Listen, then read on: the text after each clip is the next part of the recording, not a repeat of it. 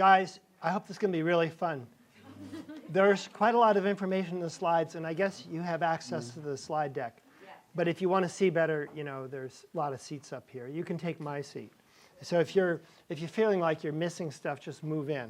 I don't mind people. The other thing is I really don't mind being interrupted with questions, because I haven't presented to physicians before. I'm always presenting to beekeepers. And so they're my wife's friends. I'm a junior assistant beekeeper. I get my knuckles rapped for doing the wrong thing when we open hives. So I don't mind, I want to focus this on what interests you in terms of your family or your patients. So I want to, oh, here we go, yeah. We do need volunteers, and we do have one volunteer who actually has a burn with a nasty looking scab on it. And, right, and she's volunteered to come up and bear her muffin top to put on a dressing, for Nicole to put on a dressing. Dr. Nicole is going to be our wound nurse. We don't have any nurses in the room that I know of, do we? My life has been full of nurses in my family and also in my nursing home practice. And sometimes I get choked up when I watch a TV show where there's a fantastic head nurse like on The Pit.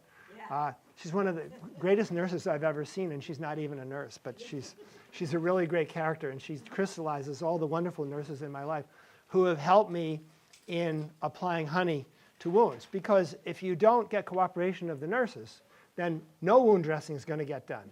Because the physician might put the first dressing on, but it's always in collaboration with the nurse. And you never write a dressing order without finding out, well, what do we have in the dressing cart, Because if you order stuff they don't have, that's going to be unfilled nursing order, and they're in jeopardy with the state because they didn't follow physician orders. So nurses are really important. And now, if it's anybody else, in a group this size, my experience, at least 2 people have chronic wounds. And the question is, are they too modest to come up and contribute them for the teaching exercise? I only learned today that NDs don't do that much in terms of wound dressings. So I'm going to kind of treat you like the beekeepers, that you don't maybe place that many dressings. So I hope I'm not insulting intelligence, but I'm going to just assume that some people don't do it all the time. But it's a really important thing to do, because you've got your families, after all. You've got your friends. And I've warned several of you, you're going to take this kit, and my words are going to ring in your head if you don't follow my teachings, which is you take it on every single hike with your family or your friends. Because if somebody skins their knees and you come up empty-handed, people are going to talk behind your back. And they'll say, they're going to say what the scout mothers say at my scout meetings. If I say something inappropriate, they say, is he really a doctor? All right, so this is the nursing home where I practiced for 25 years, and where the nurses are so wonderful and nurturing. By the way, Life Care of America is a great nursing home company. They own 200 facilities all around the country. I think they don't own that many in Connecticut. They're mostly in Massachusetts in our division, and they have 2 in Rhode Island. But if you have a loved one who needs to go in for long-term care rehab, lcca.com, they've got a facility finder. There is not one bad facility in this company, and they potentiated me in being a good medical director for 25 years by just being sympathetic to my concerns about quality. Okay, I'm going to, it's traditional when you give a medical lecture to start with a case to get, as a hook, to get people in.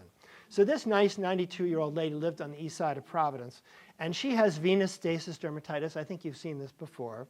The pathophysiology of venous stasis dermatitis is that the blood isn't returning very well because of varicose veins. There's a lot of back pressure. There may be some degree of edema, but you can see this redness. And what happens with this redness is that the blood backs up. Not enough oxygen, not enough movement of nutrients in and out. So the skin gets irritated and red and angry.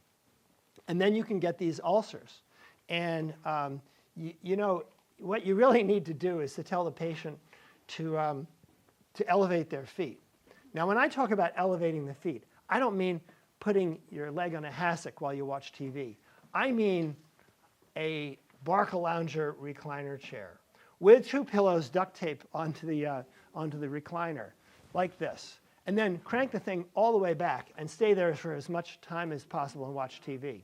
That is what I mean, elevation above the heart. Because just doing this on a hassock is not elevation, and it will not relieve this kind of thing. So honey is necessary for this kind of thing, but it's not sufficient. You really you need to do this. But this is the question of compliance versus adherence. Who knows the difference between compliance and adherence here? Anybody want to offer? I don't want to put you under pressure. So compliance is something that in the med school we discourage the use of the term because it's pejorative. You're judging the patient.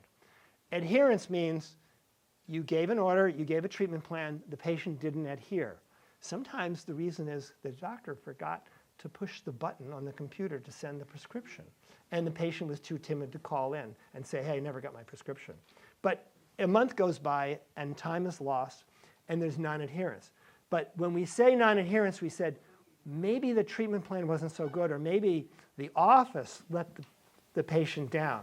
So that's why a non-compliant patient is also non-adherent. But a lot of non-adherent patients are doing their very best. And it's a heuristic term, meaning it's in the ball's in your court to find out why. And that's really important. Anyway, this patient was non-adherent. Why?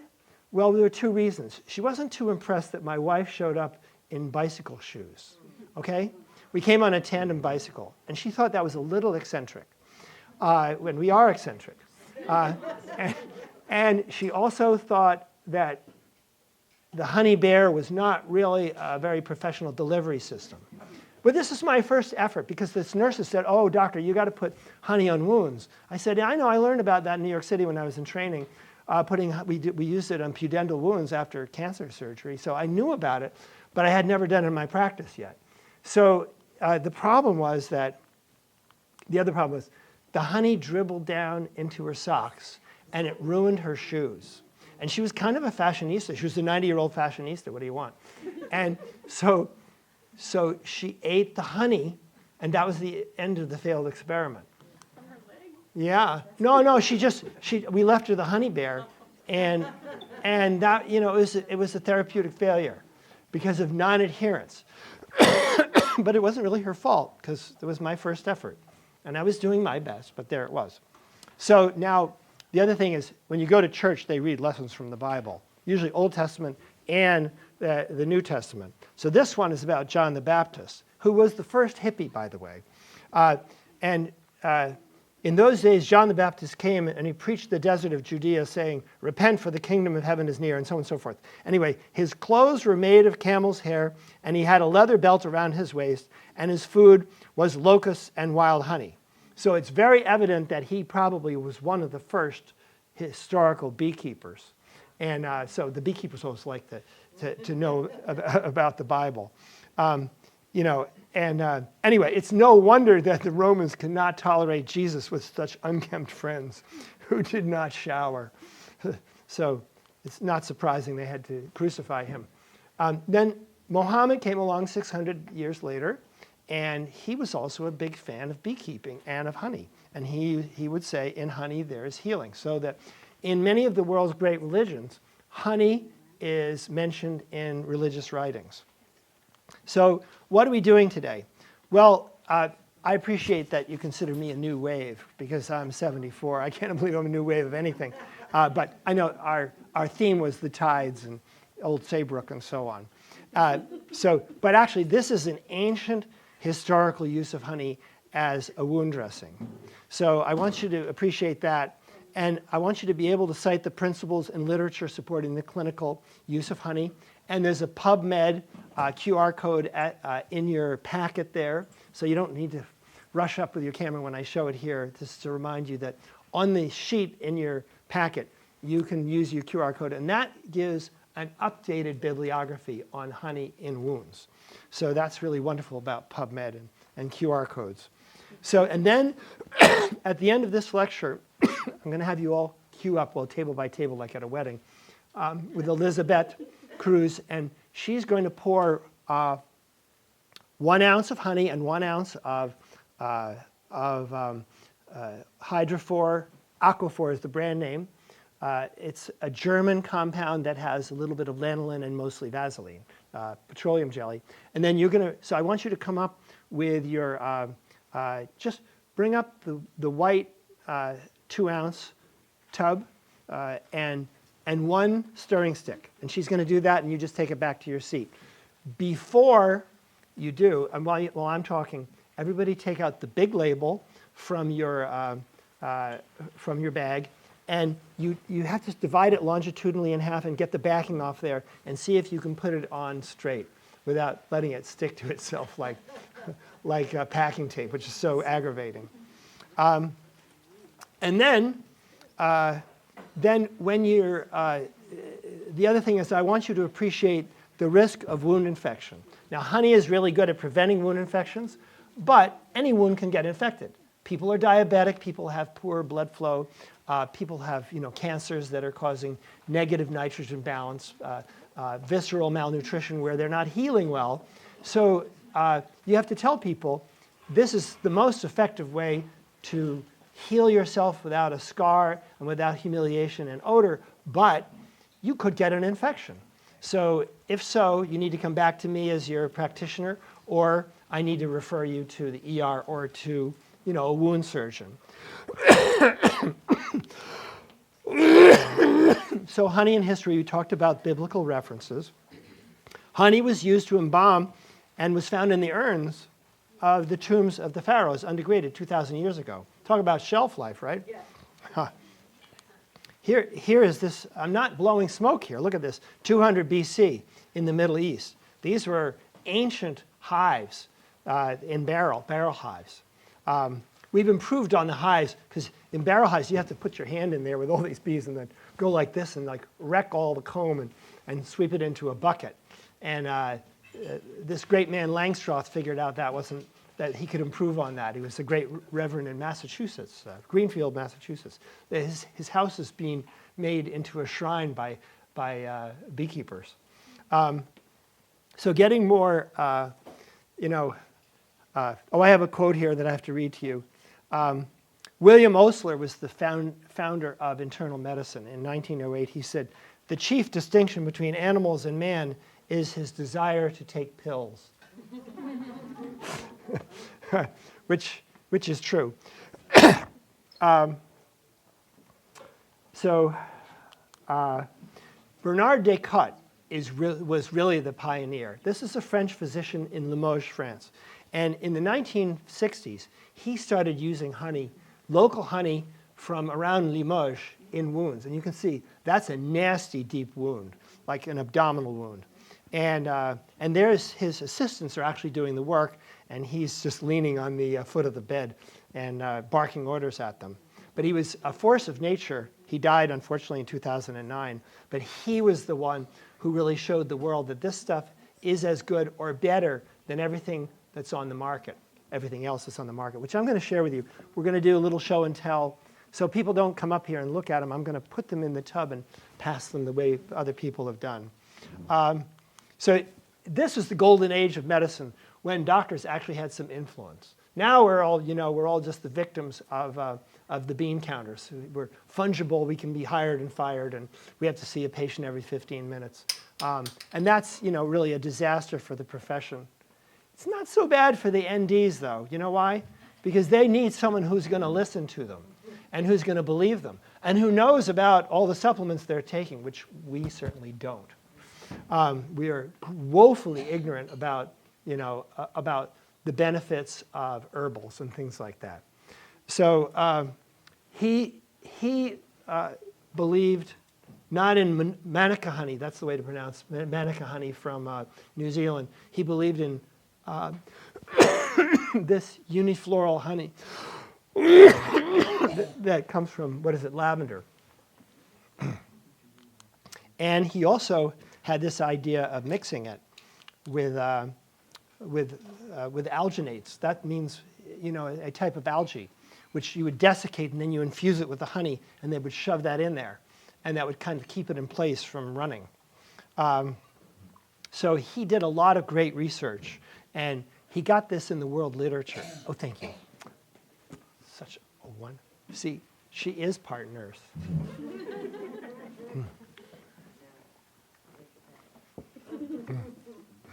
I think all NDs are part nurse, really, in the sense that they probably know how to deal with an irate patient. My head nurse taught me how to deal with irate patients. She said, our mantra that we teach all the nursing students is reflect and redirect. I can see that you're angry because the doctor kept you waiting for an hour, and your time is important too. But if you will get on the scale and let me take your height and weight and take your blood pressure, then I will bring that provider in by the ear if I have to. And the patient says, someone's listening to me. And that makes all the difference, in as opposed to someone being really mad when the provider comes in or stalking out and not, breaking the appointment. So that's nursing to me, and it's, well, many parts, one of the many parts of nursing. So mechanisms of injury. I think this may be insulting your intelligence, but it's good to go through it again just to refresh your memory. There's crush trauma, like this guy's about to get crush trauma with the dog. Vascular occlusion, where a blood vessel is closed off. Nerve injury, which is usually trauma or like sciatica. I had horrible sciatica, and Dr. Stashenko gave me a bee injection about 4 years ago. And it was actually, my sciatica was so bad I couldn't walk. I was walking with a cane. And Stashenko, he grabbed me physically. He's a crazy Ukrainian. And he dragged me out into the bee yard on the campus of University of Massachusetts. And he stung me 3 times in the back and down the sciatic nerve. And the next week I was able to walk without a cane. I was really, yes, I believed in it, but I didn't think one application could cure me. Well, maybe I was getting better by myself. I don't know, but the point is I got better. And Stashenko is completely crazy. But he's actually a nurse. He's not a doctor. So we'll call him a provider. He's fantastic. If you ever go to the American Apiculture Society meetings, which I recommend, by the way, he's always there, and he'll find something on your body to sting. So, oh no, let me tell you, these are the real things. The apotherapists, they start with a test sting, which is just like for half a second, maybe a second, and they pull the stinger out, just to test you for hypersensitivity, and they've got the EpiPen ready to go. And if you tolerate that, in a few minutes they'll do the other part, that up and down the spine, Chinese traditional medicine points, and I'm telling you, it mediates the immune response that's causing your problem. And that was definitely my problem, because I got an MRI the next week, which I'd been waiting for, and the neurosurgeon said, this is medical, this is not mechanical. You're at the wrong doctor's office. So I did not need surgery, thank God. And I got better. So infection, of course, will cause injury to tissue. Burns, we're going to be treating a burn here. It's in its advanced stages with a scab or eschar. You can't call things, if you're a professional, a scab, you have to, because that's gross. You say it's an eschar. So it justifies your fee, right? Right. Oh, you have an eschar. And toxic injection as well. So we're going to talk about inflammation in general. The ancient physicians said rubor, redness, dolor, pain, calor, tumor. My son has an unborn baby who's a girl, they happen to know, and they're calling her Dolores. And I said, that's my aunt's name. Do you know what that means? It means Our Lady of Sorrow and Misfortune and Pain. And he goes, really, Dad? I said, yes. I said, call her Dolores if you want, but you need to know before she comes out. Because, Dad, it's going to really upset my wife. Don't interfere. So she'll be really upset when she finds out that we knew and didn't tell her. I think it's better to be honest. So tumor does not mean cancer. It means swelling in Latin. Obviously, if you get a tumor, that's also swelling. So I'm going to talk about the physiology of injury. So when injury occurs, there's release of immune messengers. There are the alarmins and the cytokines. These are proteins that your body releases that signals inflammation. And you're going to see a lot of great pictures. The response of the immune system is lymphocytes. The T lymphocytes come and they recognize the foreign bacteria or whatever's there, and then they interpret what's going on to the B lymphocytes, which then make antibodies. And T lymphocytes also have killer Ts, which can go kill the bacteria directly. And then as part of inflammation, arteries dilate. You saw that lady with the red leg. That is a cellulitis. That's some kind of inflammation. And then, of course, swelling occurs because the serum leaks out, and you get a swollen appendage. So now, you cut yourself. If you present yourself within 6 hours to an emergency room, they will irrigate the wound, and they will, unless it's a dog bite, and they will sew it up. And that's called primary intention. They put in a suture, put everything together, and you're good to go. And you're probably not going to get an infection. If it's a dog bite, they either won't even sew it up at all, they'll leave it open, in which case honey would be a really good idea, because of the bacterial injection and the tendency to crush, so that cellulitis and readmission for antibiotics and more irrigation, it happens a lot, especially if there's a dog bite in the hand or a human bite in the hand. They're not going to sew you up. They actually may admit you for antibiotics and just irrigate this thing until the danger is past. Well, what if you don't show up and the thing stays open? Then it's going to be, or it's left open purposely, but you don't show up for 24 hours. Say, oh, it doesn't look that bad, but then it's looking terrible after 24 hours, and you're realizing that you shouldn't go it alone. So this is healing by secondary intention. And you see there's a divot actually in the tissue. And then you can see the early activities there. There is the macrophage is right in the middle. The macrophage, I showed you that previous slide with the Pac-Man, right? The macrophage is the Pac-Man of the body. And I said to some med students who were getting this lecture, I said, you guys are like so young you don't even remember Pac-Man. And this medical student says, Dr. D, I do too, because I went to the computer museum in Boston, and all the other students went, Dr. D busted, old. All right, so then you see the epithelial cells, and you can see the fibroblasts. Anybody remember what fibroblasts do? Anybody want to participate?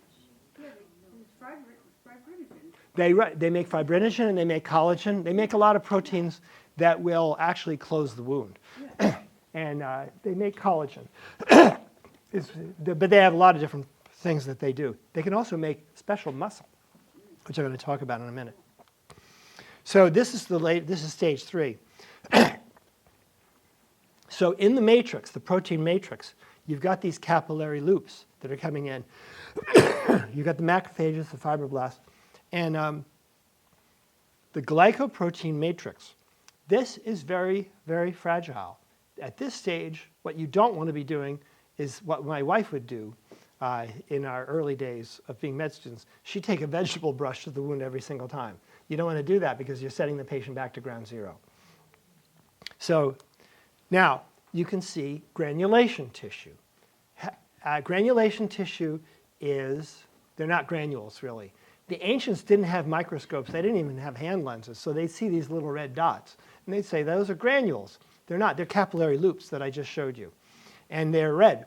And when you're on the wards in surgery, surgery at Columbia Presbyterian is where I learned to wear a bow tie, because the attending physician had a bow tie on, and everyone bowed down to him. So I said, well, I'm going to put on a bow tie. My dad used to wear bow ties. And then all the patients would turn to me in preference to the attending surgeon because I was tall and I had a bow tie. And he'd say, we're going to take your gallbladder out. And she goes, just a minute, doctor. I want to consult with my doctor, who is a third-year medical student. And I'll say, on balance, I do recommend the procedure. And the attending physician, who was short, was pissed. But afterwards, after rounds, he goes, you've gained the confidence of your patient, and that's a plus. Right. If the patient is not going to follow your instructions, how are you really going to help them? It's not just the placebo effect. It's like stay with the program and don't give up. So when the surgeons say they purr like a cat when they see the granulation tissue, and any guesses why they purr like a cat? It means there's going to be enough oxygen and enough nutrients, and most importantly, there's another fee in it for them, because they're going to be able to do a skin grafting if it's a big wound, and that graft will take. So this is the sign that things are progressing well. And it's red and it's raw and it looks like beef, but it's a good sign. So here are the principles of treatment. You want to stand guard and let the body heal after a good cleaning and debridement. Close deep lacerations with sutures if the wound is under 6 hours old. An infection can occur with any wound or without it. One thing I wanted to emphasize is that in debriding a wound, one of the most valuable things you can have is leftover 10 cc saline syringes from IV home care. They always give you more than you need, for flushing ports and stuff like that. So if you get your hands on any of these, put them in your kit and guard them with your life, because they're like gold. Because you got this screaming 3-year-old, and you've got a canteen that you just drank out of and it's contaminated. So you don't want to use your canteen to flush the wound. And you shouldn't use a stream either, because they're full of bacteria. But you've got some sterile saline in these things. You just flush the wound with one of these, and then you pat it dry with gauze. One comment, since we're talking about different things. This is gauze. This is, woven material which you use for blotting the wound, for cleaning the wound, for staunching bleeding. But you don't use it anymore for dressing the wound. You use non-adherent pads. I want you to adhere to my recommendations of using non-adherent pads. And these can be cut with the scissors. So you have some of each in your thing. You cut this with scissors to make a custom-sized wound dressing. So these, you're going to get some help in learning all this stuff. Very important. Now, topical antibiotics. Very, very bad. Oh, what happened? I've been using those a lot for that burn. Well, that's why it hasn't healed. We always think they're going to get infected, because that's the way we think. But they actually avoid Neosporin, avoid bacitracin, even avoid prescription mupirocin. Right. Well, that's why you're at the lecture. You came to the right place. I'm a perfect patient. Yeah, but I feel like I'm doing some good here. Finally, a doctor that does good. I can't wait. Iodine. Don't put iodine in the wound. It's devitalizing. It looks impressive. You'll impress the patient, but it's not really that good. Full-strength hydrogen peroxide is usually to be avoided. It's too strong. It's toxic. And silver-based burn creams. They were invented. I'm going to pass this stuff around. They were invented before the FDA, around 1900, by a pharmacist. And they were really good at preventing infection and treating infection. Unfortunately, they also inhibit fibroblast function. So they actually keep the wound open. Question? So I happen to burn myself a lot. Yep. Like a lot. And I do have a silver-based ointment, but it's probably not that. It's a natural one. But I usually can avoid a scar or even an scar altogether. If I apply it right away, it stops the burn. Usually I don't get a blister. And by the time, maybe I use it for a day or two, and what would have been a blister burning and bubbly and stuff, usually I get no scar. Like the scars I do have is because I waited too long to apply something to it. But eventually I do, so then other than seeing them, they're not as bad as some of my other burns. Well, what I really love is when patients would come into my office and they say, I always use Silvadene for everything. And they have 2 wounds. I went, let's do one with honey and one with Silvadene. And when we do that, it's like the Silvadene takes a week longer to heal. Silvadene is good in a sense because it is a wet dressing. And we're going to talk about wet dressings and why all wet dressings are superior to dry dressings, because they don't allow a scab to form. And if you never have a scab, then you won't pick your scab. And we're going to talk about people who pick their scabs. You know who they are? All of us. We all pick our scabs. And I'm going to talk about why we all pick our scabs. And you can be a nurse or a doctor or a mother who says to you, "Kids, don't pick your scab." And they pick their scabs. So a gel is better. I'm going to pass this around. This is Nicole's mother, Deborah Kluger's Long Island honey.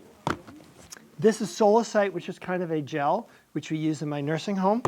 And this is Medi honey, which comes from Manuka honey. Don't say Manuka, say Manuka. Everybody practice Manuka. Yeah, because if you say Manuka to someone from New Zealand, they go, "Oh my God, an American who knows how to say it." That's how they pronounce it. That's how you say it? Yeah, now you know. Manuka. Yeah. I know, I said for 10 years, I said Manuka. That's what I've been saying. For real. I've been saying Manuka. You know, yeah, that's right, say Manuka. And everyone will go, "It's supposed to be Manuka." You say, "You have to get in the know." So I'm going to pass this. So this is some Manuka honey, and this is a competitor to Dermascience's Medi honey, which turns out to be important because this has been taken off the market suddenly. And I'll tell about why it got taken off the market. It's not for a therapeutic reason. It's because a FDA packaging problem and contamination. So pass this, take a look at each product so you recognize it. Can we take some of it for these or no? What? No, you're going to get it over there. You're going to get Rhode Island honey. There were no beekeepers who were willing to contribute Connecticut honey, but I think Rhode Island's close enough, yeah. You should have asked Dr. Fratellone. He's got a whole beef hive. I forgot to ask him. He ran out. I went to buy like something that's not. Everybody's short this year. I mean, He sold out. there's I some bought like his last right. jars. Sure. I wanted like 10 of them. So I'm going to talk a little bit about topical antibiotics, why you want to avoid them. Sensitize the skin. When you overuse them, you get bacterial resistance. And honey is just as good as mupirocin, bacitracin in a hemodialysis study. You know, hemodialysis, you get needles 3 times a week in your arm. And they actually get a fair number of skin infections because they have reduced immune and nutritional factors that make the entry sites. And then if they get an infection there, the site becomes unusable, which is a huge problem because that's their kidney function.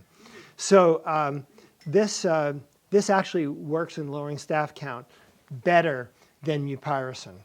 And it's also a lot cheaper. Mupirocin recently at the Providence VA hospital has a 15% rate of resistance by MRSA, methicillin-resistant Staphylococcus aureus, which is one of the bad players. If that stuff gets into a patient on hemodialysis, they're going to be in the hospital for a while, getting IV therapy.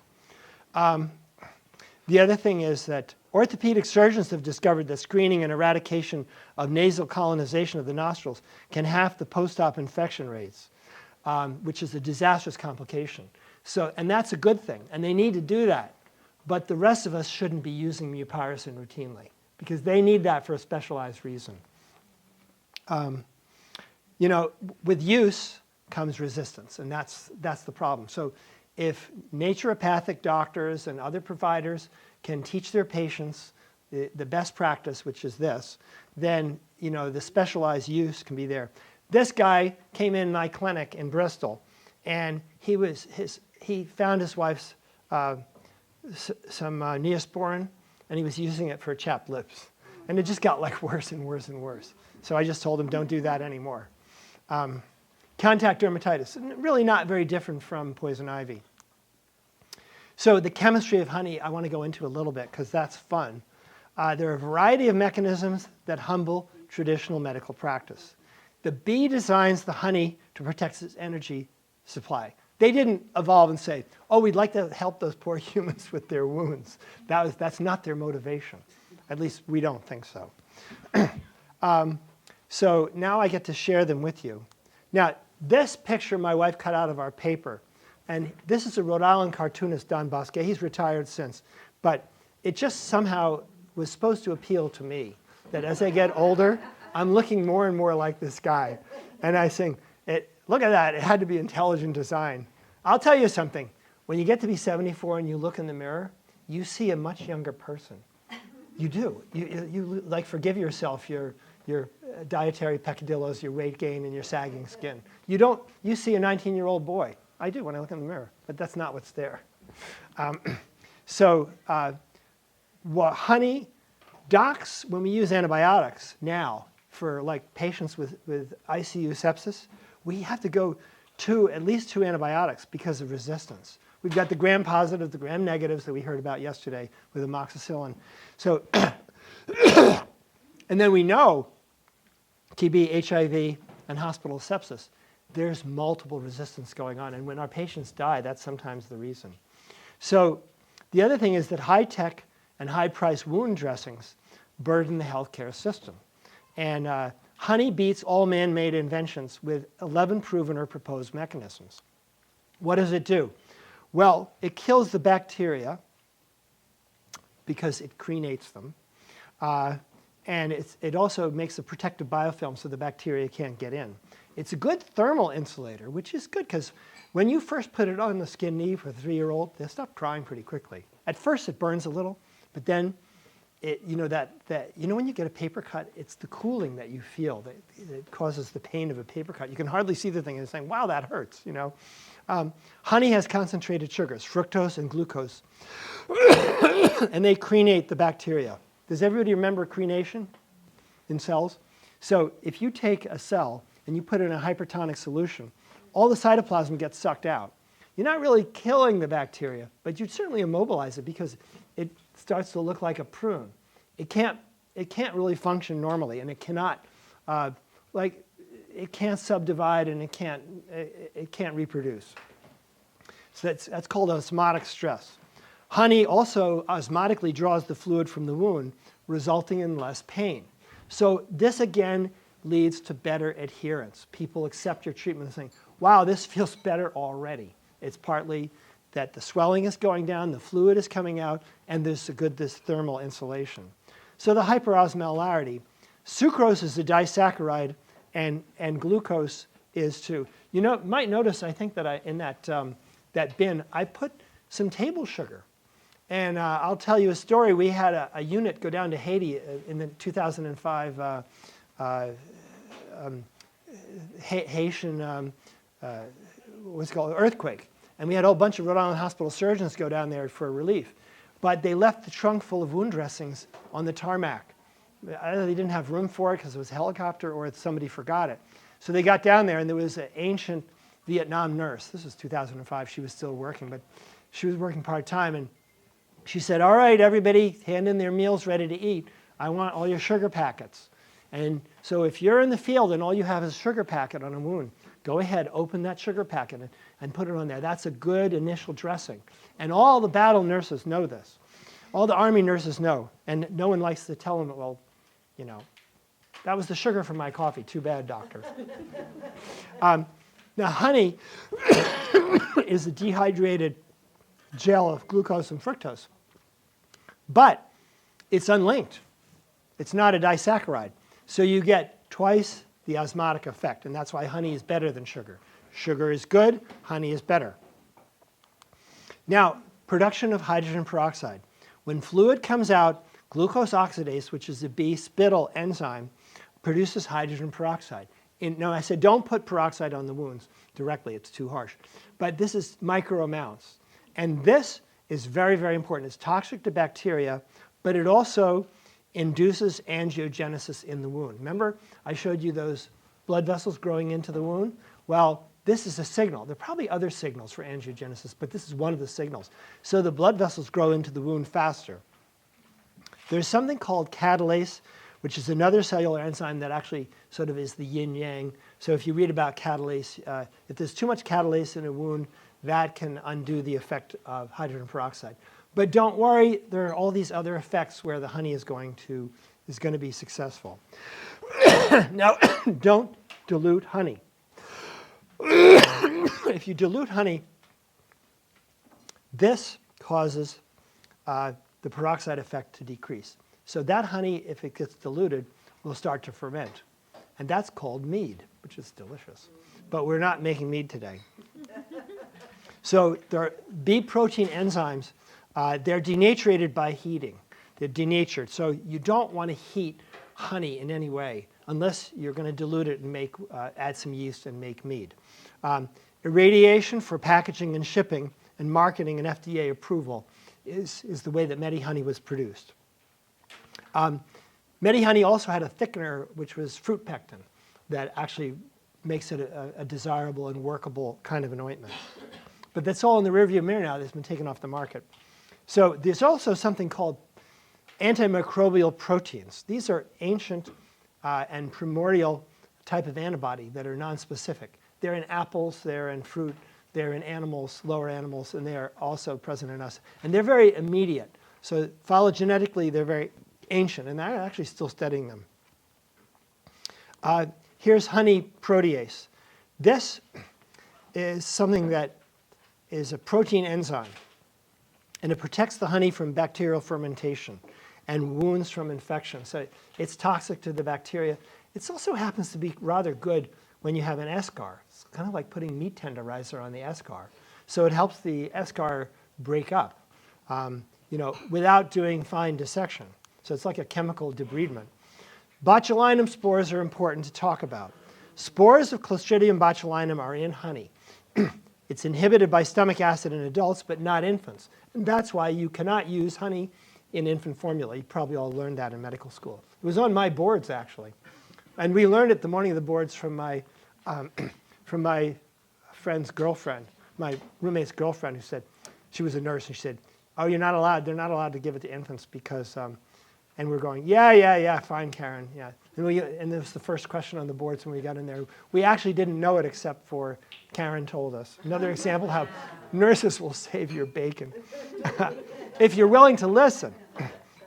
So botulinum spores are harmless in a superficial wound which is not anaerobic. But once you get into an anaerobic situation, they could theoretically produce wound botulism. And that's why Medihoney went through irradiation to inactivate the spores of botulism. Acidity. So remember I talked about eschars are amenable to getting dissolved if they hit acid and if they hit enzymes.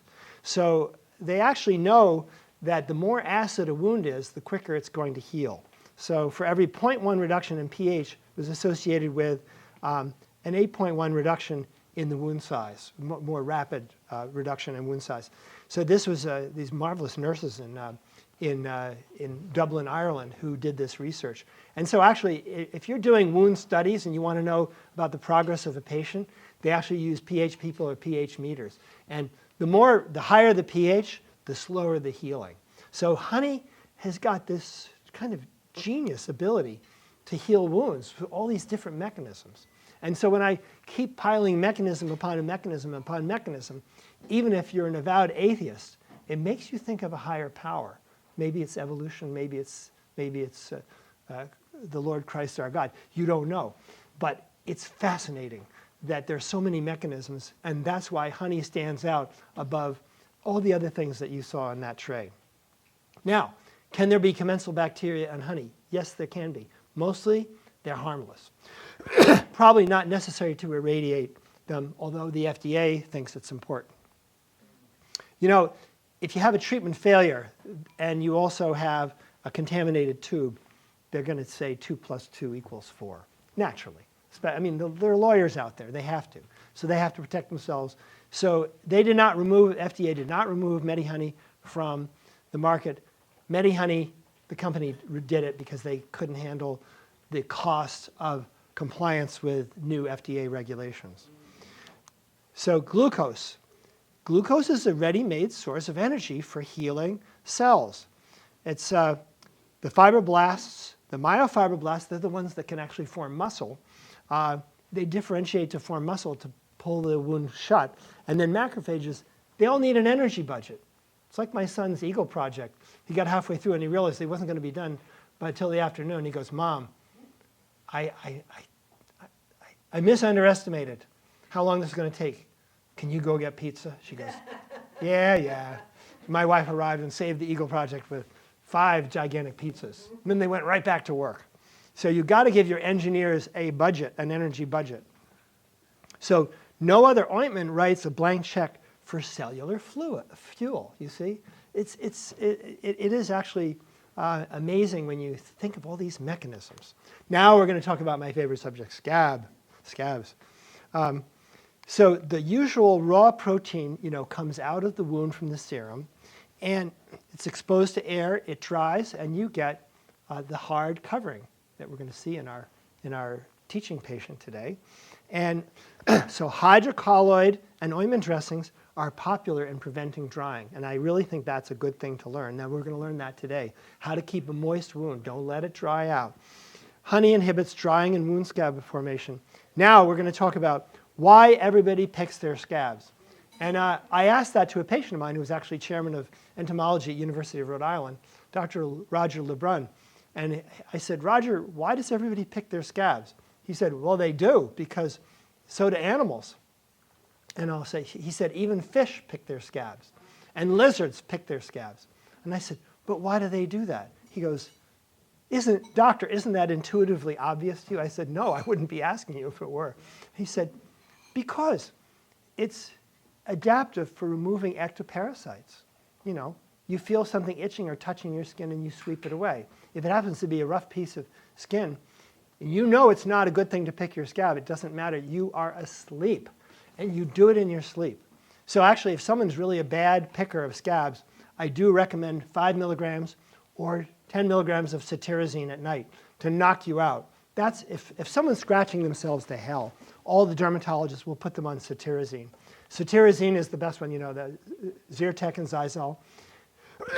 Zyrtec's actually better than the more expensive Zysol. Why? More sedating. So if you're in a deeper sleep, you're going to do less scratching.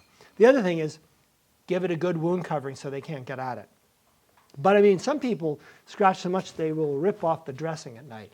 If that's going on, go ahead, tell your patient, go pick up a small blister pack of cetirizine at the store. That's what I take anyway when I can't get to sleep. If I get awakened by a patient calling me in the middle of the night, this is in the past tense because I'm retired now, I would take cetirizine and it would knock me out. I'd be groggy in the morning, have some coffee, and be off and running. So that's why everybody picks their scabs. It's vexing to the wound clinician, but it's a survival advantage in allowing control of ectoparasites. There you have. Now, if anybody asks you, why do we all pick our scabs? And so don't judge people for picking their scabs, because it's universal. Antibacterial activity. Honey means you're less likely to have an infection. That means you don't have to change the dressing every day. You can go Mondays, Wednesdays, Fridays, which is a big deal. The other thing is there's no odor. So everybody remember what causes odors? Hydrogen sulfide. It's disgusting. It's humiliating too. Some of our patients, we learned about them today, have cancer. Some of our patients are actually dying. Okay, but they're not dying today or tomorrow, they're dying in a year. But they have a wound that is not healing. But they don't have to live with a wound that smells bad, because I've seen it in the nursing home. The grand comes in to say goodbye to grandma, and they smell that smelly wound, and they start holding the nose, giggling, and running down the hall. How humiliating. I would consider that a fate worse than death when I'm an old person. So quality of life is improved, less pain, quicker healing. So the antibacterial consequences are important, but it's only one of the mechanisms that we're talking about. Now, the highest compliment that you can pay to a colleague is to say, I would send a family member to this doctor, and I actually may send a family member to our doctor from Seattle, who did insomnia in cancer. I forgot her name. Yes, because it was such a wonderful lecture. And so that's the highest compliment that you can pay to a colleague. But what about a doctor who treats his mother as a guinea pig? That's something different. So this is my mother, who had a plastic surgeon take off a squamous cell off her arm.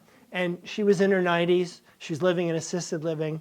And he stitched what he could. You can see there. He stitched what he could.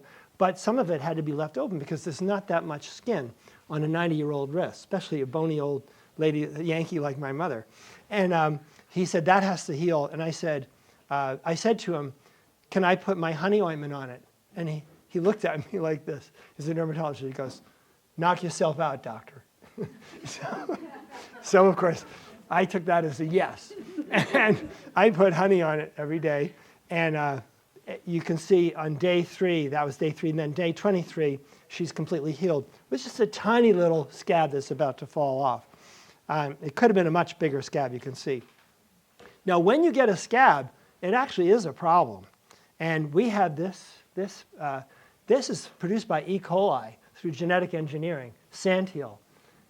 $316 for 15 ounces. Well, guess what? Remember I said this is a big financial burden for my nursing home. We would have to buy this stuff to break up eschars. So if you start with a wet dressing and if you use honey, we don't even have to buy this stuff. Honey costs $2 an ounce at the most. This is hydrocolloid dressing, and you're going to have some experience with different dressings today. This is an occlusive dressing. They're very good. They're very good, but they're $20 a sheet. They're not cheap.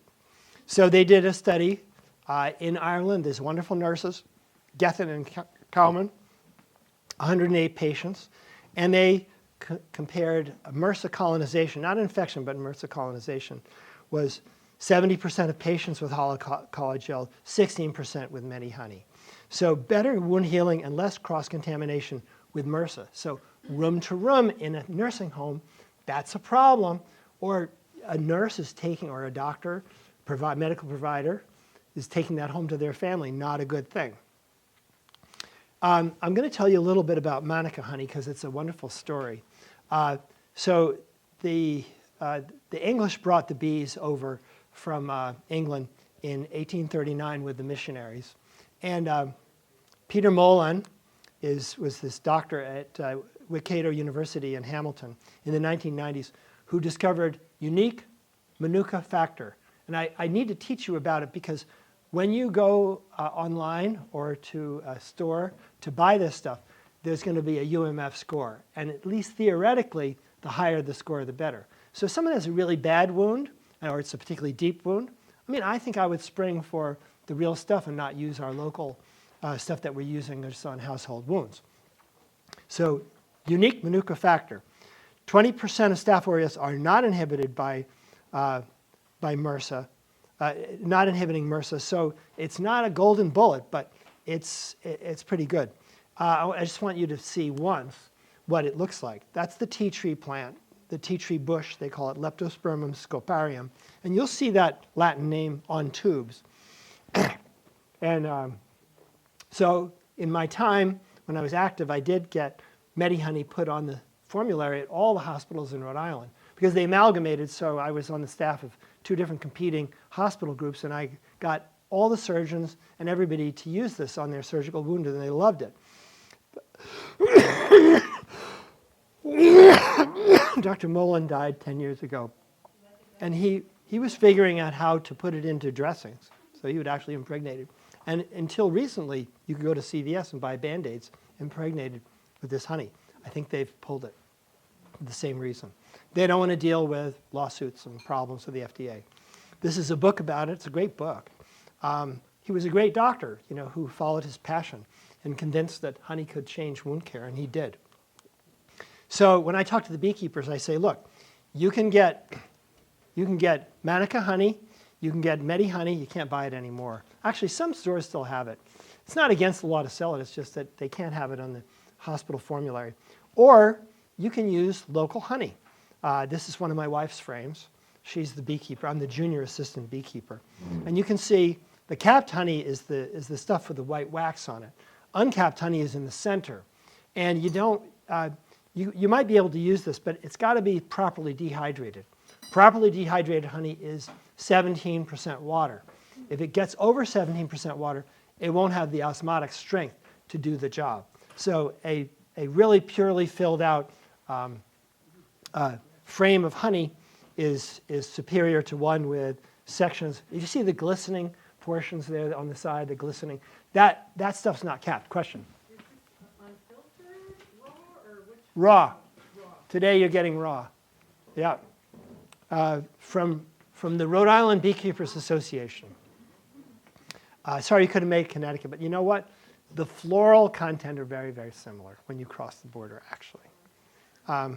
So this was what they discovered when they did molecular analysis. This interesting 3-carbon spine with a ketone and either alternates ketone versus alcohol formation. This is the stuff. It's highly antibacterial. And that's why unique Manuka factor is a term that you need to know. And when there's a high-risk wound, I do recommend that you look online. And if you go on Amazon, it's like there's a dizzying bunch. Oh, thank you, thank I you. bought this at Home Goods. How much did you pay? It was actually 3 of these for $24. I thought it was a good deal. I mean, that's a good And I buy. think it has the symbol, correct? Or Right. no? What it doesn't have is it doesn't have a UMF rating. That doesn't mean it's not good. Okay. Maybe the other two did. Is this from New Zealand? It says New Yeah, Zealand? yeah. Yeah. The only thing I don't like about it is it tastes horrible. It tastes Oh, like it's- medicine, yeah, which it is. I only ran out of like the farmer's. Yeah. And that was a big deal for them because they can't really sell this stuff otherwise because the taste is horrendous. Like, only people who are really dedicated to the health will put this in their tea. And you probably try to add some lemon or something to break up the taste. It's pretty awful. So it's a specialized honey. Methyl glyoxal is that molecule that I showed you. But if you have local honey in your communities, I say use it. On what scientific basis? I've been doing it for 20 years and I still have my license. That's why. It works. I can tell you it works. So, but in other countries, they can do the same thing. It's very sustainable, transportable, even into poor countries. You know, impoverished countries like Scotland. This is Scottish heather honey. So this is unifloral honey from the heather on the moors. And it's like you open the jar and you can hear the voice of Catherine saying, Heathcliff, Heathcliff. Sorry. I recommend that movie, by the way. It's pretty good. The Scottish veterinarians think this stuff is great, and they use it a lot. And veterinarians in general are big fans of honey. Their only problem is they have to put something like bitter apple in there so the animals won't lick it off. And if they put cones on the animals, it doesn't help because the other dogs will come lick their butts. You know? Okay, we're going to talk about Iran. This is not new. Iran was already under sanctions when they did this study. They had an injury model in mouse. And it's to their credit that they were doing this basic research back 20 years ago. And they would basically have a template. They would make a slice on the mouse. And I think they even used the same mouse on either side. And they would have a template slice, and they would put beef tallow versus honey, local honey. RFK Jr. is a big fan of beef tallow. He thinks it's really good for our health. I'm not so sure. But it actually can be used in wound dressings. Yeah. So the mouth laceration model, after 4 days, they found decreased edema, decreased inflammation, more collagen density, and increased recruitment of fibroblasts, and decreased scar formation. Now I'm going to show you something that will be a wonderful thing. It will remind you of the old times when you were looking under microscopes. So you can see here that the red is collagen, the blue is the nuclear material of DNA, and these are fat cells here, and then these little streaks is actually edema. And they would grade these qualitatively. Now this is another example of African research. They did honey versus sugar. And this is something that they can afford in Africa. And they showed, this was really a case series, not a comparative, but it was sugar treatment of a crocodile attack. And you can see there that there's a red area that's pink, but it's looking good. That's what they call granulation tissue. And then in the lower one, you can see a crocodile attack. And no, the upper one is a crocodile attack. The second one is a burn treatment. And you know how you can, I always love teaching medical students this because I always get a laugh out of them. You know, in Florida, they have crocodiles in reptile parks, and they also have, obviously alligators. And so, and they have the handlers who go in there to torment the reptiles for the amusement of the tourists. But of course, sometimes the reptiles get the better of them and sink in a good bite on one of the handlers. And so I said, so the doctors were reporting in Miami that they could tell a alligator bite from a crocodile bite. Said the crocodile bites are round, whereas the alligator bites with the sharper jaw are more pizza shaped.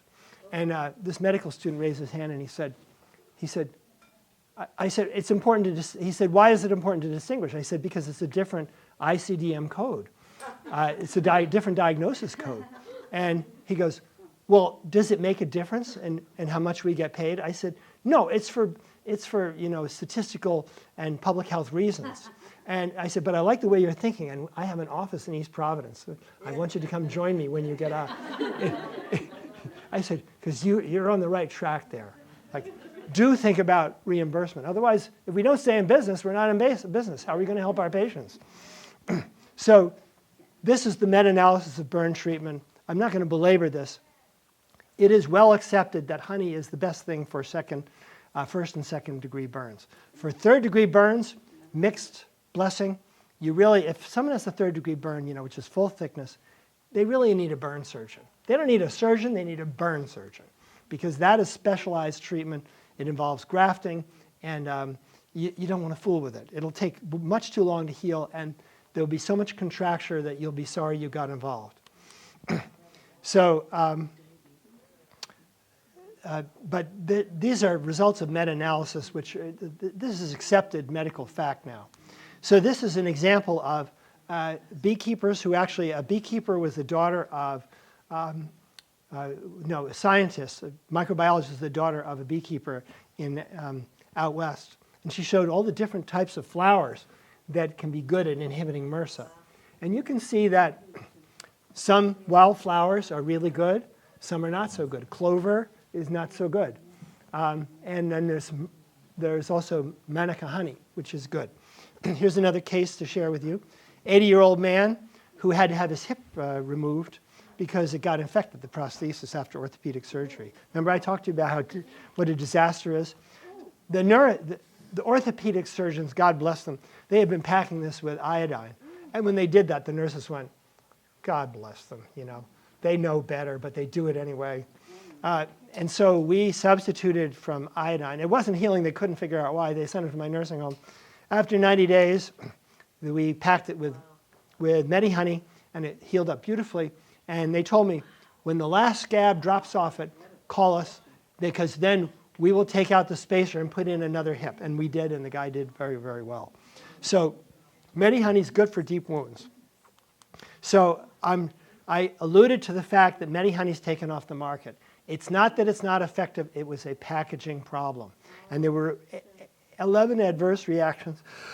The FDA said every single case had to have a culture. And the cost of that made this unaffordable to produce, and it was pulled. So it's still a good product, but the company said, we can't sell it for something that's affordable. We'll never be able to stay afloat. So they pulled it. And that's the sad story of Medi-Honey. So now the hospitals are no longer using it, unless you bring them in some manuka honey and request that they use the patient supply. Hospitals can always use a patient supply. They might take a written informed consent. We're using your honey. If it's infected, it's your problem. But that's something to know. Can you get Medi-Honey? No, you can't. But you can get, and this is just a page, and this is like, how many? It was like 1 of 65 or something. All the different competitors. So you can get this stuff. Some of it's irradiated and sterilized. Some of it's not. You can decide on your own and with informed consent to your patient. whether that's important. The worst things than birthdays, and there's an ointment for that, meaning hemorrhoids. Jeff Foxworthy. These work better than preparation H, this ointment that I'm giving you. You put it on there, fold up one piece of non-adherent gauze and tuck it up there. And then put on your underpants and go about your business. It will shrink it down. Much cheaper. The other treatment, of course, is Epsom salt soaks, which you probably know about. We have the slide set. So my conclusions are, honey is an effective wound dressing.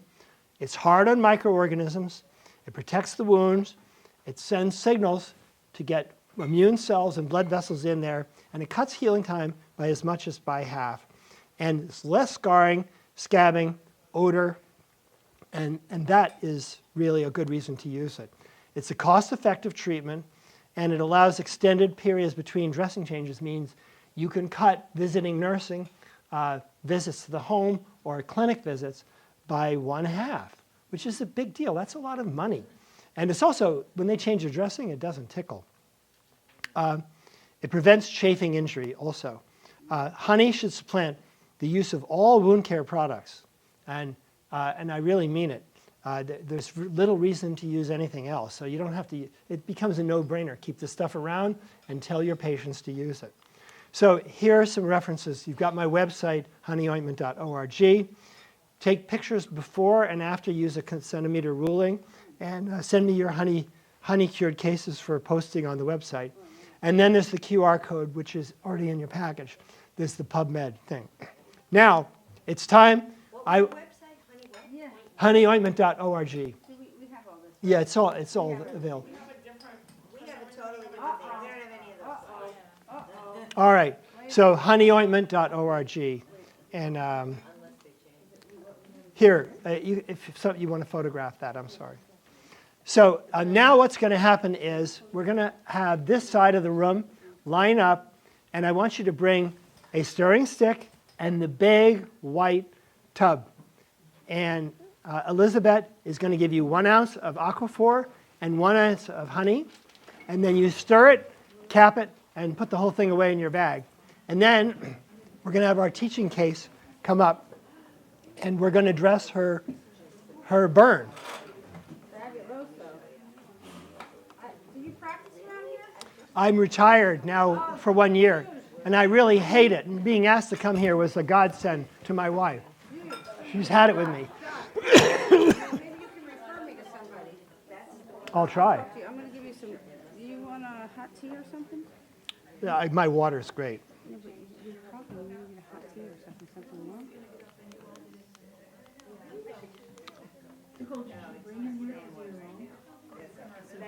So at the ointment compounding table, we have Elizabeth Cruz, Dr. Cruz. At the wound dressing practice station, Nicole Kluger. So once you've got your ointment all put away carefully, then come on up and we'll bring the lights up, and you can see what we're doing at the ointment table. So I want you to all, I think you all understand why you need the kit, and it needs to go on every single hike and outing that you go on. And the Aquaphor is basically to thicken it? Exactly. So you asked me, why did I choose Aquaphor? Because my nurse told me to. Nurses love Aquaphor. Dermatologists love Aquaphor. And I said, how much should I put in? And she goes, I don't know, suit yourself. So I went half and half, and that's worked ever since. Once you mix it, how long is it good for? Well, that's a really good question. Nobody knows. Maybe 2,000 years like the pharaohs. But it's probably better to use it up quickly and make more. One thing is, you'll notice there's a little jar. So offload it for your hikes into that jar and use it day by day from that. And don't open the big one. So if you're not opening it, you could keep that in the refrigerator and then just dole it out when you need it. Then the shelf life will be longer. The key thing is, if you put out a kit like this to sell in your office, and I encourage you to do that, you would sell a little jar of honey, but you wouldn't mix it yourself. If you You're all NDs. You know about walking the line with the FDA. Selling and making claims will get a visit from the FDA that you don't want. But selling separate components, patient mixes it at home, no infraction. So that's an important principle. Here's a picture of right outside one of my conferences. This girl skinned her knee, and I was all ready because I was getting ready for my lecture. So I treated her to this. And this is the second biblical lesson. No meat offering which shall be bring unto the Lord shall be made with leaven. You should burn no leaven nor any honey in any offering of the Lord made by fire. You don't overheat honey because that inactivates the enzymes. And so you want to warm it to 105 in a bath of hot water, but nothing past that. So the lab is what we're doing right now. Granulated honey we've talked about. Talk about the crystallization. Oh, yes, thank you. Dr. Klugers asked me, what about my mother's honey which is crystallized? And this is harder to work with, but it's a better product. Can anybody guess why crystallized honey would be a better product than uncrystallized honey? Exactly. More dehydrated, so it's less than 17% water. Therefore, this would be a prime candidate for a 3-day dressing. So if you get crystallized honey, don't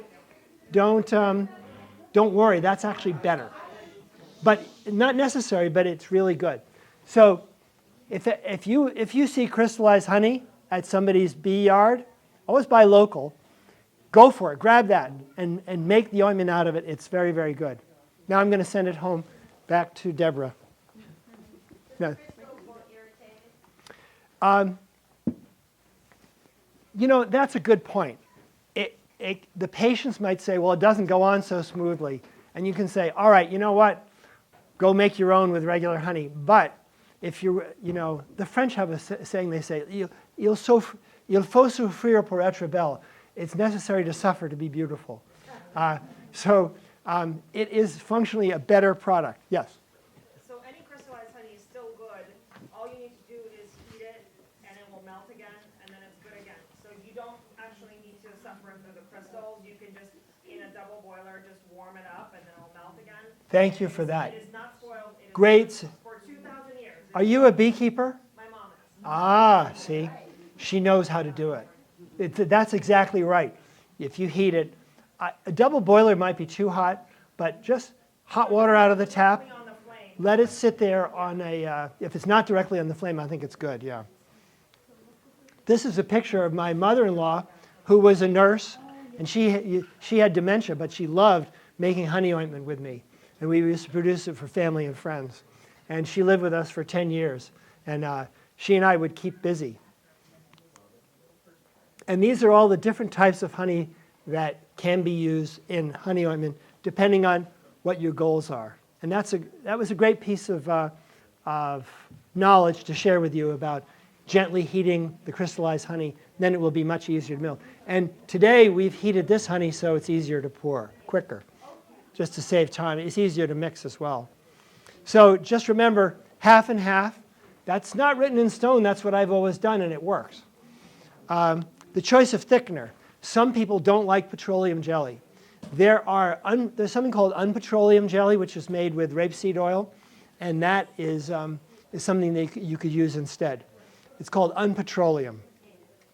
Lanolin in the aquifer can cause an allergic reaction in highly allergic people. So if a wound starts turning red and you don't know why, you suspect a skin allergy, then just go to Vaseline, straight Vaseline. The reason we don't use straight Vaseline is that the aquifer is a good emulsifier, keeps it in phase. But with that said, it might be a good idea before you're taking your aliquot, transferring it from the white to the clear thing, is give it a good stir before you transfer it so you're not getting too much honey or too much aquifer.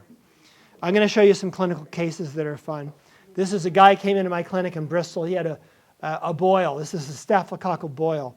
And so, what we do with these is you don't just give them antibiotics.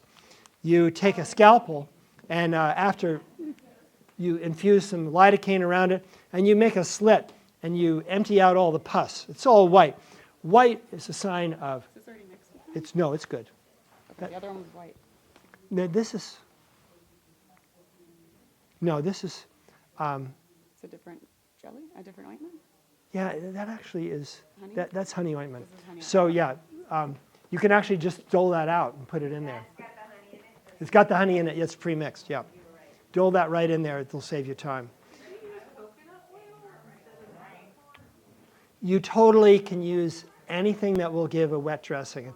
We know coconut oil is safe on the skin. Whether coconut is really non-toxic inside a wound is something that I don't know. That's my only hesitancy. So it's probably fine, but when dermatologists who do Mohs surgery and other open procedures where there's skin wounds left open, they swear by it, and their nurses swear by it, so that's good enough for me. Olive oil, well, I'm going to talk about olive oil in a minute. Olive oil is really, really good in mixing with propolis for eczema. So anyway, you pack a wound. So this is gauze packing, and we put the honey paste on there, and we shove it in the wound. And then when the wound cavity is completely filled, then you cut it off, and you cover it with some non-adherent dressing, and then you have the patient come back in 3 days for another packing. And this cavity will close up. Once it's all closed up, that's a sebaceous cyst. It's going to recur. So it's good to refer the patient when it's totally healed up to a surgeon and have the entire thing removed. It'll actually be a very small procedure because it's all shrunken down. So sebaceous cysts should be removed by a surgeon. Otherwise, you're going to go to Europe and the thing's going to act up. You'll have to go to an Austrian ER, and they won't be amused. So it's packed with this stuff, it's gonna turn into a sebaceous? No, sebaceous cyst is the lesion. Oh, that's his lesion. Yeah, Okay, that's- and you can get them to close up and shrink, but you don't even need to use antibiotics because it's a natural antibiotic, and you're also getting rid of the pus. The ancients used to call it laudable pus. When the white would come out, they knew the patient, they hit pay dirt, the patient's going to get better. And they didn't need to use antibiotics. Oh, this looks like Jack Bauer administering something to a terrorist, but we were actually directly injecting the Medihoney into this guy's neck, which was a sebaceous cyst. I know it looks terrible, doesn't it? I just show it for shock value. He did very well. And he didn't have to release any government secrets. This is my medical student that I got really enthusiastic about using Medihoney, and she moved to Vanderbilt, and now she practices ER medicine and hands out lots of Medihoney, medical honey in South Carolina. I love it. Question about that, do you ever inject into non-infected sebaceous or epidermoid inclusion cysts? No, Okay. We would like cataracts. I probably, if something's not really causing any trouble and the patient wants it gone, send directly to the surgeon, let them deal with it, Yeah. If they want it disappeared. Question? And when you're packing the wound with the honey, you're not using this blend with aqua, or you're just using plain honey. No, I do use that now. So you Yeah. put this inside of Yeah. a wound pack. Right. You really can do either. See what works better. Either use Manuka honey, use your local honey on the gauze, on that gauze tape, and just shove it in there. That might be harder to inject. So, we only did this mixture because it stabilizes at body temperature so it doesn't run into the lady's shoe, in which case she eats the honey. Well, she can't eat this stuff too. So, But it's just as effective done with this way as it is with direct honey? yes, it is. I can say with 20 years of experience. If you think about lanolin, if getting red, think about wound infection versus lanolin allergy, and back off to just using plain honey or mix it with Vaseline. Vaseline means you have to mix it more. Yes, I'm game. So indications, open sores, first and second degree burns, skin tears in older people, scratches, impetigo. You know what impetigo is? A streptococcal infection of scratched mosquito bites. Recurrent nosebleeds. You can put this up the nose, and they're often, from small infections or inflammations. And this prevents the boogies from drying and the kid from wrenching at it so that they don't get so many nosebleeds. And you can put this on top of a blister and then dress it. That you don't want to break a blister. Everyone says don't break your blisters, and we all do in our sleep. So put the raw honey or honey hydrophor. Hydrophor is the generic name for Aquaphor. And then cover it with non-adherent gauze, not regular gauze. And you can soak a thin gauze with honey and put that on there. Dressings can stay in place for 3 days, and that's a big deal. So I want to summarize and just say you're going to heal your wounds 1/3 faster, less pain with dressing changes, fewer dressing changes, elimination of scab formation, and reduced need for surgical debridement because you don't get the eschar. So they're going to show you a good eschar, so I encourage you to come all and look at it. And If you use gauze soaked in honey, would that dry up or would? no, it won't. You can try that. And that's what Dr. Mullen was doing. Here's a picture of Boy Scouts who went up Tuckerman Ravine. They got wet feet. And there's a typical denuded blister. And I just want to make one final point when I finish. If you have any family members who have a diabetic foot or they have diabetes, their foot is going to look like this. This is very high on the number of ICDM diagnoses that are very costly to our United States government and Medicare. This is dermatophytes, thickened skin. You see that crevice? That crevice is going to turn into an ulcer. If you rub this every night at bedtime, it's going to kill all the bacteria, all the funguses, and that's going to look like a baby's foot in 2 weeks. So I just have little, kind of calluses on my heels. I don't have diabetes. Don't hesitate. And also, use this before you go hiking. Oh, okay. Not in the Rockies, so you get chased by a bear. Right. But in the Appalachians, you won't get chased by a bear. How would you use this before you go hiking? Just anoint your foot, and you won't get a blister, because it just lubricates everything. Yeah, just absolutely. And put this on a diabetic foot. If you have a diabetic member of the family, and put on the sock. Yeah, your sock will be yellow and sticky when you get home, but fine. If you want to put it on, you put this on and then put the sock on when you go to bed. That's what I tell the diabetics to do. And then the diabetics are supposed to take the sock off, evert the sock, and put it under a light bulb and look for any yellow spots, any red spots. I don't know about you, but I'm 73. I can't see the bottom of my foot anymore. So that's the reason why you should bright light the bottom of your socks if you're an older person, a diabetic, every night when you go to bed. Red spot, yellow spot, danger, go to the podiatrist right away. Red spot blood. Yeah. Yellow spot. When you get after age 70, one of the first names that should come up in your cell phone is the address and number of your podiatrist. They're the best things in sliced bread. Oh, my goodness. So why did diabetic feet get so dry and crusty? Well, the nerves go to pieces. And with the nerves, you don't get stimulation of the eccrine glands that produce oil and sweat and IgA antibody. So the dermatophytes move in and they have a keg party. And then it gets stiff and you don't have sensation. You walk on it and you see that crevice turns into an ulcer. And you're none the wiser unless you're following my instructions and bright lighting your white sock from Walmart. What do you put this stuff on nail fungus? Don't hesitate to try. It can't hurt. I remember when I was at Columbia Medical School, this guy cracked somebody's chest for a bullet wound in the chest when the guy was already dead. And the chief of surgery said, "Jerry, why did you crack that guy's chest?" And he said, "Couldn't hurt, might have helped, and everybody likes a good show." as medical students, we were so horrified. We were, you know, like the medical students you see on TV, we were terrified. You know, here's the chief of surgery goes, okay then, says the chief, fine. Yeah, this is really a good thing. I mean, there's probably no one in this room does not have a diabetic relation.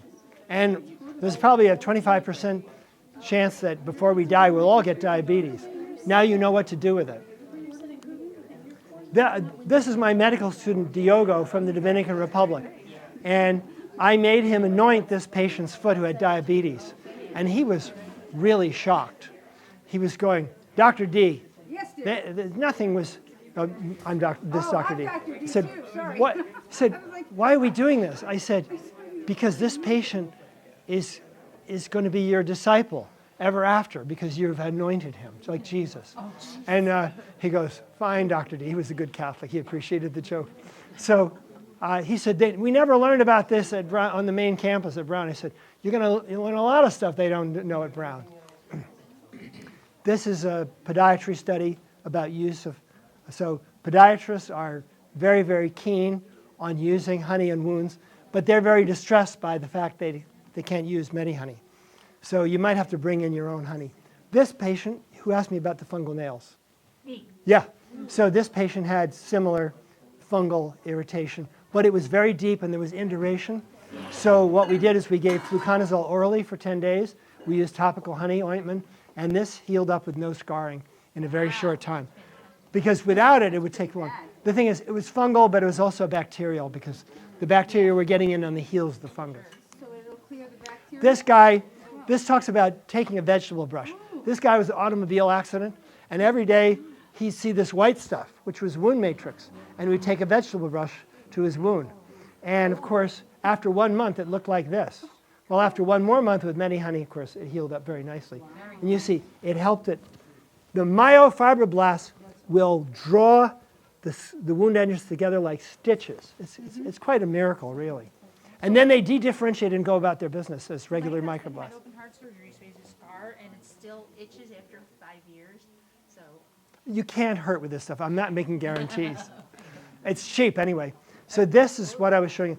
Solocite is a wet dressing gel. It's good, but it's not as good as honey, and it costs money. And Santiel is the enzyme. This is like meat tenderizer. And then there's all these other things. All these tubes cost at least $50 a piece. Whoa. You know, so the health system is, you know, by the time all of you get to be old, the younger people are not going to have any money left. Medicare is going to like suck us all dry. So this is talking about, for doctors, what we have to do when we see a difficult wound patient. They will order a lot of blood work to find out if there's congestive heart failure, diabetes, nutritional deficiencies. And you guys know a lot about blood testing and how to figure out if a patient has a nutritional deficiency. One way you tell is the lymphocyte count drops. If the absolute lymphocyte count drops below 500, that patient is malnutrition and or AIDS. So that means they're not going to heal well. So you know, it's okay to order these tests to figure out why a wound might not be healing. So we screen for vitamin B12, protein deficiencies, things like that. Eczema. I did want to talk about eczema because somebody talked about olive oil. If you want to use something for eczema, this will work, but not as well as this pediatrician's formula. You take propolis. Anybody know what propolis is? Yeah. Sure. You take propolis and you put it in absolute alcohol. And you put about 1 to 6. So you take a ball of propolis in a tall highball glass. And then I take my wife's immersion blender and we put absolute alcohol, you know, grain alcohol in there, and I grind it up. Grind it up until it's as dissolved as possible. And I'll leave it for 6 hours, grind it up again. And then I'll strain it. I'll strain out the actual solid propolis. Propolis is a very, very complex wax. Yeah, resinous. Some of it cannot be dissolved. You get rid of that with a tea strainer. And then you leave it out and let the alcohol come off it. And as it's in its final stages, you pour in 6 times as much olive oil in there. And the alcohol, and leave it open, the alcohol will disappear, and then you have, and stir it occasionally, and you'll have a very, very good preparation. And we know that olive oil is really good for cosmetics and skin care. Everybody knows that. And it's proven. So eczema, this is the 1 to 6. I got all sorts of propolis on my wife's immersion blender, and she had a fit. And then she said, you clean this off, and I didn't tell her how I cleaned it off. I went out in the garage and put it in some gasoline. Because that was the only way to get that propolis to dissolve. I didn't tell her, I never told her. Yes, I did. Here's some dressing technique for you. This is my medical assistant in my office, Cindy. And she's got one of these things. And this is a wound that pertains to the dishwasher. We all know how she got it, right? She scratched up against the dishwasher, which had a sharp edge on it. And she didn't come. That is eschar. That's black scab, right? And it's infected, too. But Cindy knew just what to do with this. And we needed to keep her from picking it, too. That she'd been doing. And so you can put it on the dressing, or you put it directly on the wound. Don't double dip, though, like people do with the ranch dressing, right? And then you spread it all around the wound, some on the skin, too.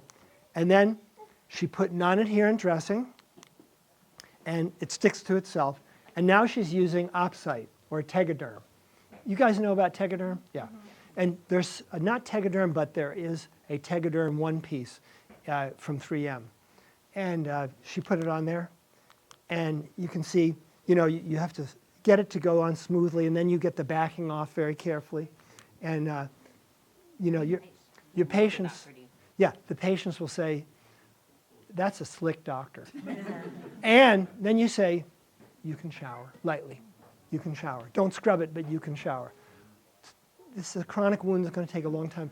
The lady can still shower. Talk about quality of life. Some of us are not even going to get better. It might be a chronic wound and she's dying of cancer, but she can still shower. That's a degrading thing not to be able to do that. I do not have stock in Minnesota mining, but I'm telling you that it costs 3 times as much as Curad or Johnson & Johnson. Why pay the extra money? Because you want something that will last 3 days. And you will not go the distance with the cheaper dressings.